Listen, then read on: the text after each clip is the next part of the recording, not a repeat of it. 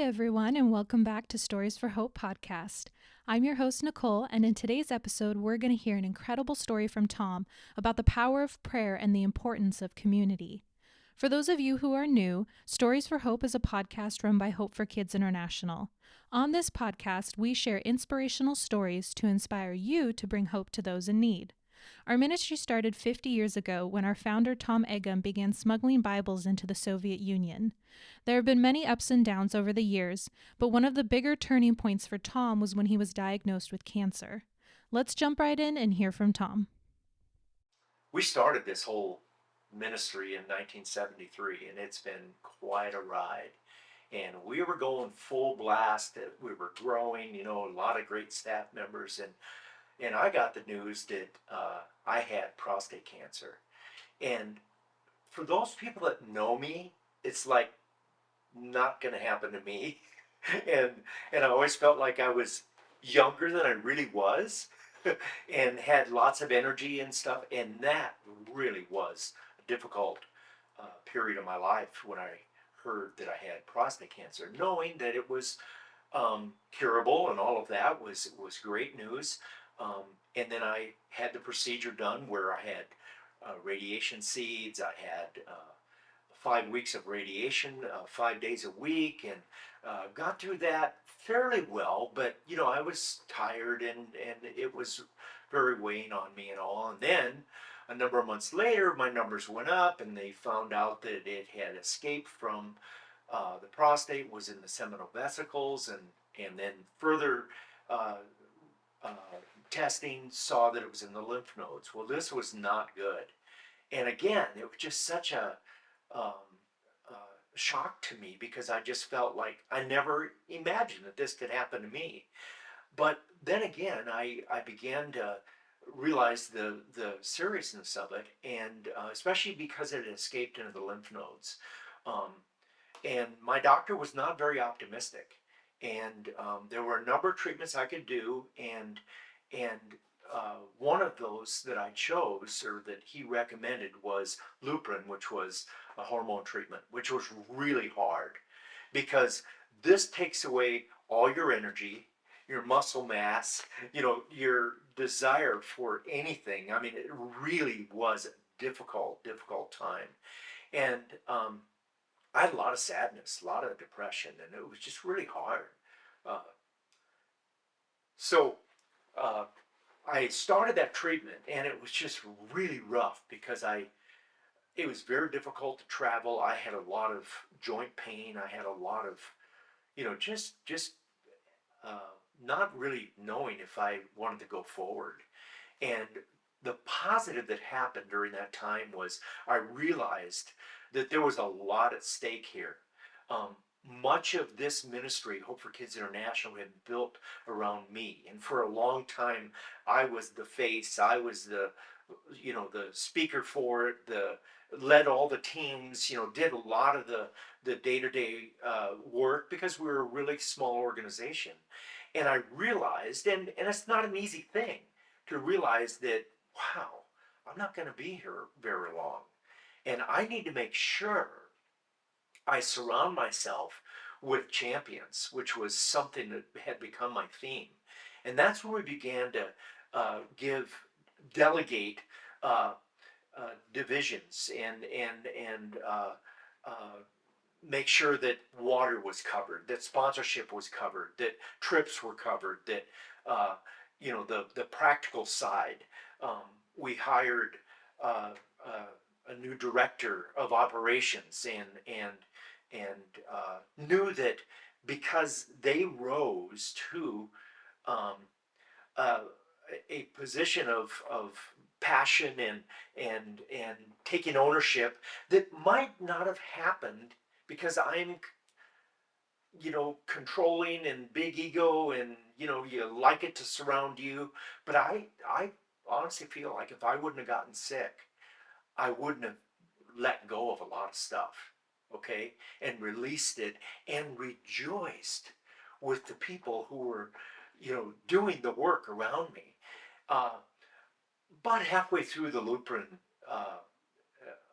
treatment, I just thought, if this is the quality of life, I don't know if I want to do this.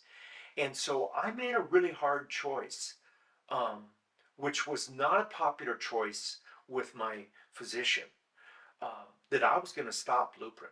I needed another quarter of it, which would have lasted about another 6 months if I got this additional shot. And I just said, I'm not going to do it.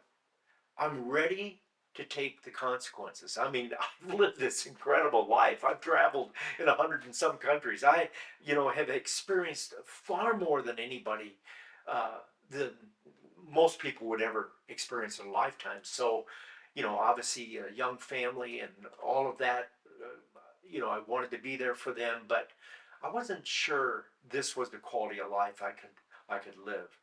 And so I made that choice. And my doctor said, here's what's going to happen. It's escaped, it's going to metastasize, this is what's going to happen. It was not a pretty picture at all. And I've had a lot of people praying for me. I mean, that was a real strength to me, a real encouragement. We were in Uganda. I had a lady that had full blown AIDS that had gotten healed that prayed for me. And I thought, wow, if somebody, personally, it wasn't me believing in a miracle. When it's yourself, you probably don't have that kind of faith. Um, and then on a trip to Uganda, probably about 6 months later, we were in a church, and my pastor from Virginia, Pastor Rusty, was about to speak at that church. It was a church in a village that they had personally sponsored. And I don't remember how many people were from that church in that service, but there were quite a number. It was so hot. It was just miserable to be there. I was not feeling well. I was still on Lupron, the results of it. And the pastor said, we need to pray for Tom.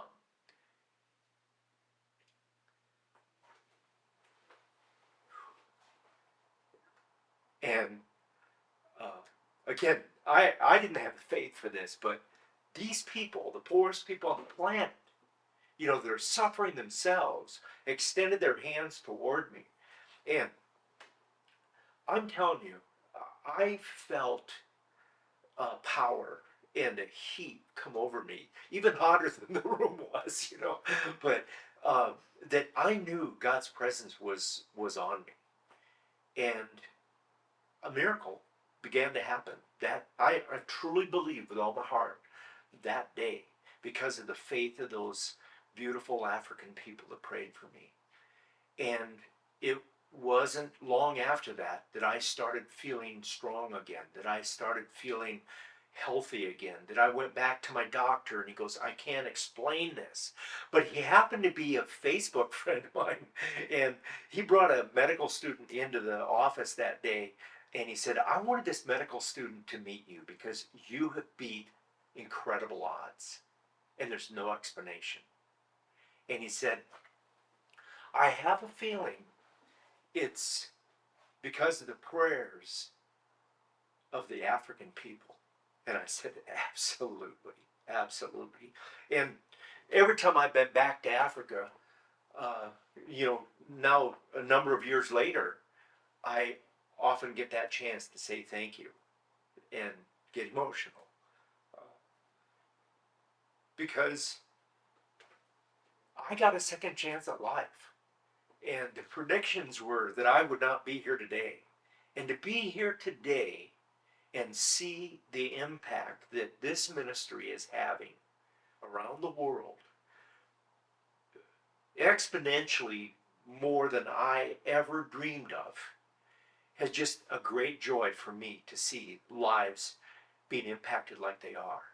And so my passion continues to grow, that I want opportunities to travel and see the results of what we're doing. I want to meet with donors and tell our story and speak in churches and just be a part of this great ministry. I never thought I'd ever feel this well.